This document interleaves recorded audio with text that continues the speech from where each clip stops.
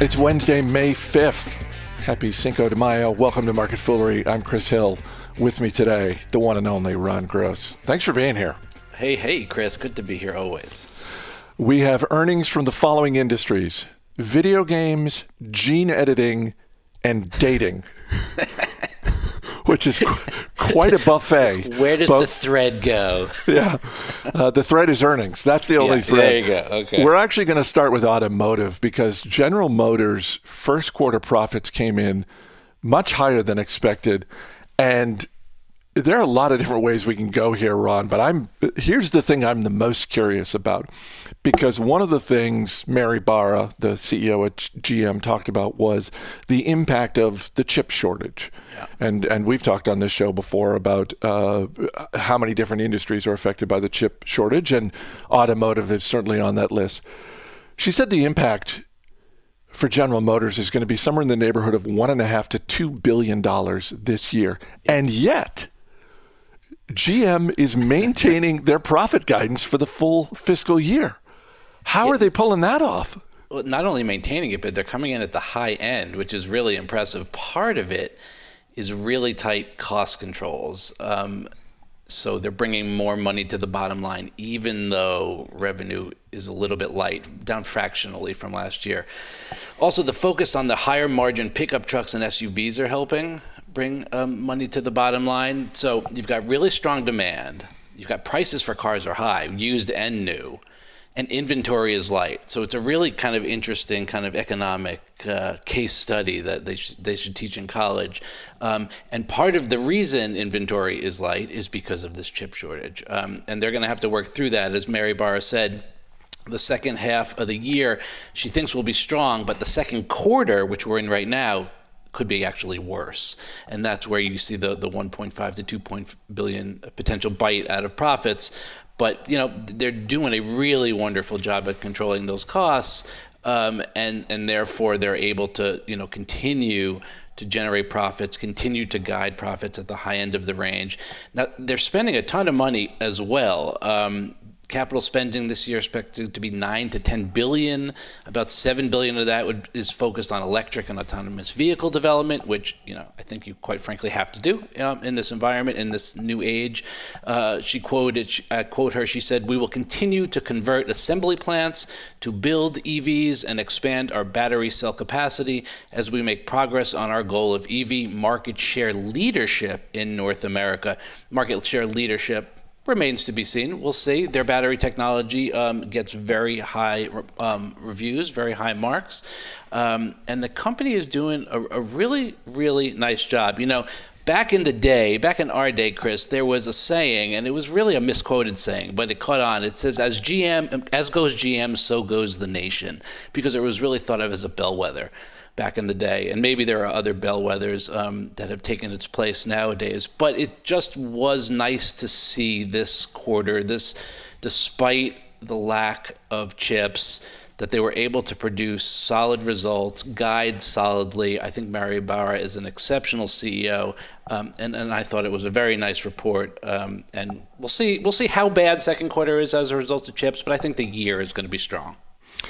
As you said, the cost controls, and in particular Mary Barra and her team's ability to control those costs, is fascinating to see here because, I don't want to jinx them, but if Q2 turns out to be not as bad as expected, it really sets them up for a strong second half of the year. I think that's right, and I think that's probably what we'll end up seeing, barring any unforeseen shock to the supply chain or any other shock. These stocks, automotive in general, are not expensive companies, and they typically are never expensive. Trading at 10 times, 9 times, 11 times, depending on whether you look at Honda, Toyota, BMW. And even though GM is up, I think, somewhere like 175% the stock over the last year, at $57, you're still only trading at around 10 times earnings. So if this can continue, if autonomous vehicles, if electronic vehicles, if the batteries, if this can all come into place as expected, the stock still, after this run-up, still isn't expensive. It was a strong first quarter for Match Group, the parent company of Tinder, Match.com, and others had profits and revenue that were higher than expected. They're expecting an increase in dating demand as the pandemic subsides. So if Match Group was doing well during the pandemic, what are their results going to look like 6 months from now? Yeah, they again are guiding above expectations as the dating apps gain steam, as you said, as the pandemic eases. At least that's what they think they're going to see. There's also this whole new thing going on, which is called the social discovery space, which it lets folks, users, discover and connect with people, but it's not exclusively for dating. It could be for friendship, for other things. And that's kind of a new area that they're moving into. Partially, they're trying to kind of spur that on by an acquisition of a company called HyperConnect. And that'll be another avenue for them to draw on. But even without that, just looking at this quarter, very, very strong report. As you say, revenue up 23%.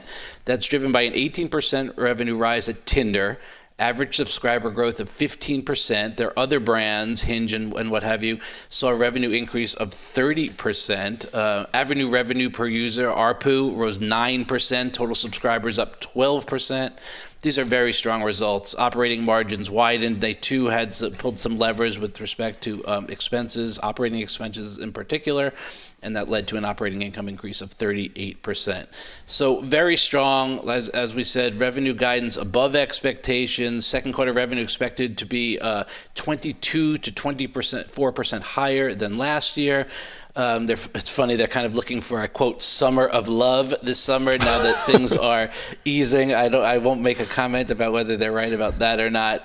And they do, rightly so, mention that a big part of the world still remains at risk: Brazil, India, Japan. Certain European markets are actually worsening, and we can't forget that. This is not over yet, and that will impact their business negatively. But overall, I think they're seeing some really bright spots, and they're looking forward to the pandemic easing even further and business growing as a result. Shares of Match Group up about 5% this morning. It's down from its high earlier in the year, but I'm assuming this is not a General Motors type valuation. Well, that depends, Chris. How does 40 times EBITDA or 55 times forward earnings hit you? The stock's up 100% over the last year, and I don't know. The results are great. Is it changing the world? In a sense, I guess it's changing how we meet each other. So in that sense, sure. 40 times cash flow, it's a little rich for me. I'm happy to just keep an eye on it, watch it, report back to our listeners, but it's not one for me. Mixed first quarter results for Editas Medicine. Revenue for the gene editing company looked good, but they missed on the bottom line. Still, though, shares of Editas up a little bit this morning. Yeah, this is one I talk about a lot. I talk about the whole gene space a lot, the gene editing space a lot, and its main competitors, Intellia and CRISPR as well. So I just have a few brief comments here. So when it comes to these early stage developmental biotech companies, I just really don't pay attention to quarterly results. They just don't mean much from a typical revenue and earnings perspective. It's just not those are not meaningful metrics. It's more about the progress of their technology or of their drug pipeline and the health of the balance sheet. That's a metric I definitely would focus on here, because these companies, while not profitable and probably not profitable for some time, need to have the balance sheet, the war chest, to get them through to the next phase where revenue kicks in at a higher level, free cash flow kicks in, if it ever will. So this report in particular looked good to me from a technology progress perspective. I know Editas stock has gotten smacked over the last year. It probably was artificially high at one point in the 90s. Now we're back into the 30s. They took advantage in the 60s and did a follow-on offering, raised $250 million to shore up that balance sheet, which was very smart of them. But I think the report looks good to me from a technology perspective. Investment remains highly speculative, but the balance sheet strong with $720 million of cash. They added a chief scientific officer, which they needed to do, which I like that as well. So I like this report. I'm glad the stock is reacting favorably, but it's just one day. This is a multi-year long investment in this and the entire space, and I always continue to advocate a basket approach. The chief scientific officer, is that replacing someone or is that a new position?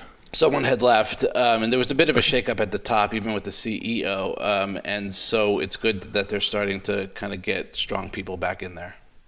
Remember, if you're looking for even more stock ideas, you can check out our flagship server. It's Stock Advisor. You get stock recommendations, best buys now, and a lot more. Just go to stockideas.fool.com and get a 50% discount for being one of the dozens of listeners. Again, stockideas.fool.com. Shares of Activision Blizzard up this morning after first quarter profits and revenue came in higher than expected. Activision Blizzard also raised full-year guidance. Safe to assume that the Call of Duty franchise is continuing to get it done? Call of Duty is very impressive. Their monthly active users increased sequentially, grew over 40%, partially due to the introduction of free play. That's something new that they introduced. But their in-game net bookings, once you're in the game on console and PC, grew more than 60%. So yes, Call of Duty, very, very strong, led to a 27% increase in revenue, a net booking increase of 36%. That in-game bookings we talked about up 40%. They now have 435 million monthly active users, MAUs. So not just Call of Duty, though. World of Warcraft continues to get it done. Candy Crush, which I just always giggle about a little bit. When they made that acquisition, it was just mind-boggling to me. But Candy Crush continues to put up strong numbers as well. So they really have strong franchises that are continuing to generate really strong growth numbers. Adjusted earnings up 29%. That's a really strong quarter. They raised full year guidance. I think it's going to be interesting to watch what happens with these types of companies, gaming, streaming, companies that benefited from us sitting on our couches, being home all the time during the pandemic. When we start to go out more, is it just the way it works? Is growth going to slow? I think it probably has to. It's just a matter of how much.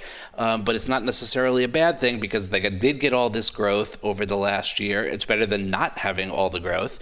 We just have to realize that that doesn't always continue when you have a kind of a systemic change or some hit to the system, the economic system or the health system creates a 1 year, one-time occurrence, if you will.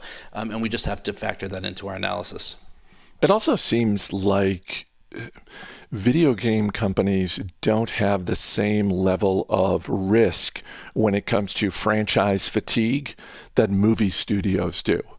Whereas movie studios, it's like, oh God, another Transformers movie? Really? Do we need, whereas like with Call of Duty, you just don't see that same level of fatigue. People, like, as long as whatever is the next iteration is good, people tend to be happy with it. And the next iterations have been good, which is key, but also the kind of what you can do once you're in the game, where you can keep generating revenue for Activision, whether it's purchasing something or upgrading something. And that's pretty exciting too. So you can continue to play the same game, but grow with that game, and that generates revenue for Activision. And that's a pretty powerful model as well. Ron Gross, always appreciate talking to you, and especially on your birthday, my friend. Happy birthday. Thanks for being here. Thank you very much, Chris. It's always a pleasure. Thanks a lot. As always, people on the program may have interest in the stocks they talk about, and the Motley Fool may have formal recommendations for or against, so don't buy or sell stocks based solely on what you hear. That's going to do it for this edition of Market Foolery. The show is mixed by Dan Boyd. I'm Chris Hill. Thanks for listening. We'll see you tomorrow.